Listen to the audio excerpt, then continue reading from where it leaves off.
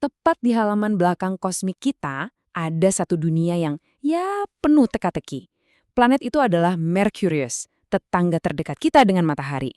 Dan percayalah, Merkurius ini penuh dengan hal-hal yang saling bertentangan. Yuk kita bedah bareng-bareng. Oke, ukurannya emang paling kecil. Tapi jangan sampai tertipu ya. Justru Merkurius ini adalah planet paling ekstrim dalam banyak hal. Mulai dari suhunya yang gila-gilaan sampai caranya menari sama matahari. Coba bayangin ya, siang hari permukaannya itu bisa sepanas itu sampai bisa melelehkan timah. Tapi begitu malam tiba, suhunya langsung anjlok drastis jadi salah satu tempat paling dingin di seluruh tata surya. Benar-benar dunia dengan dua wajah. Dan kalau itu belum cukup aneh, kita bahas soal waktu. Satu hari di Merkurius, dari matahari terbit sampai terbit lagi, itu berlangsung selama 176 hari bumi. Iya, beneran, kamu nggak salah dengar. Satu harinya di sama lebih panjang dari kali 2 tahunnya. Aneh banget kan? Nah, ini yang membawa kita ke pertanyaan utamanya. Gimana bisa sebuah planet sekecil ini punya jantung dari besi yang ukurannya raksasa banget, sampai-sampai mendominasi hampir seluruh planetnya? Itulah misteri yang akan kita coba pecahkan sekarang. Oke, kita mulai dari ciri khas Merkurius yang paling bikin penasaran. Intinya yang super besar itu. Petunjuk pertama kita adalah kepadatannya. Untuk planet sekecil Merkurius, punya kepadatan yang hampir setara dengan bumi itu aneh banget. Ini artinya pasti ada sesuatu yang super berat dan masif yang tersembunyi di dalamnya. Dan sesuatu itu tentu saja besi.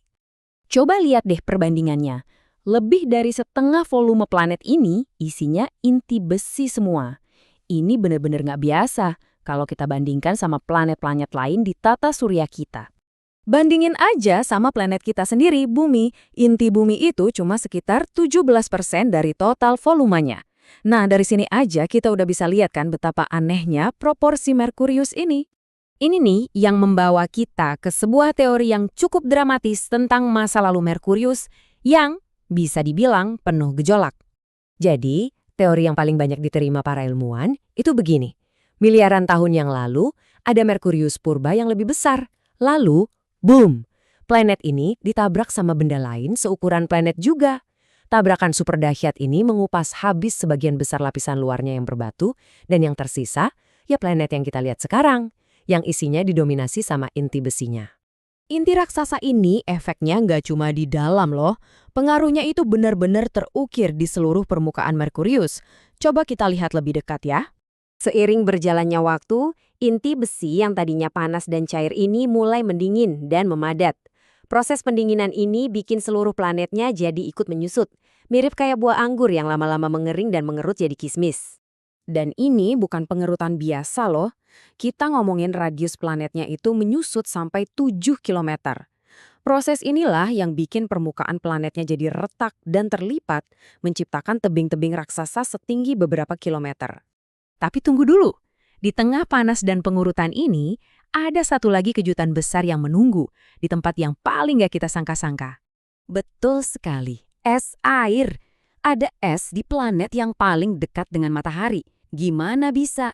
Jawabannya ada di dasar kawah-kawah di kutubnya. Tempat-tempat ini tuh selamanya ada dalam bayangan, gak pernah kena sinar matahari sama sekali. Suhu di sana dingin banget, jadi es bisa awet. Diperkirakan ada triliunan ton es yang tersembunyi di sana. Gila ya? Oke, dari paradoks panas dan dingin, sekarang kita pindah ke paradoks waktu.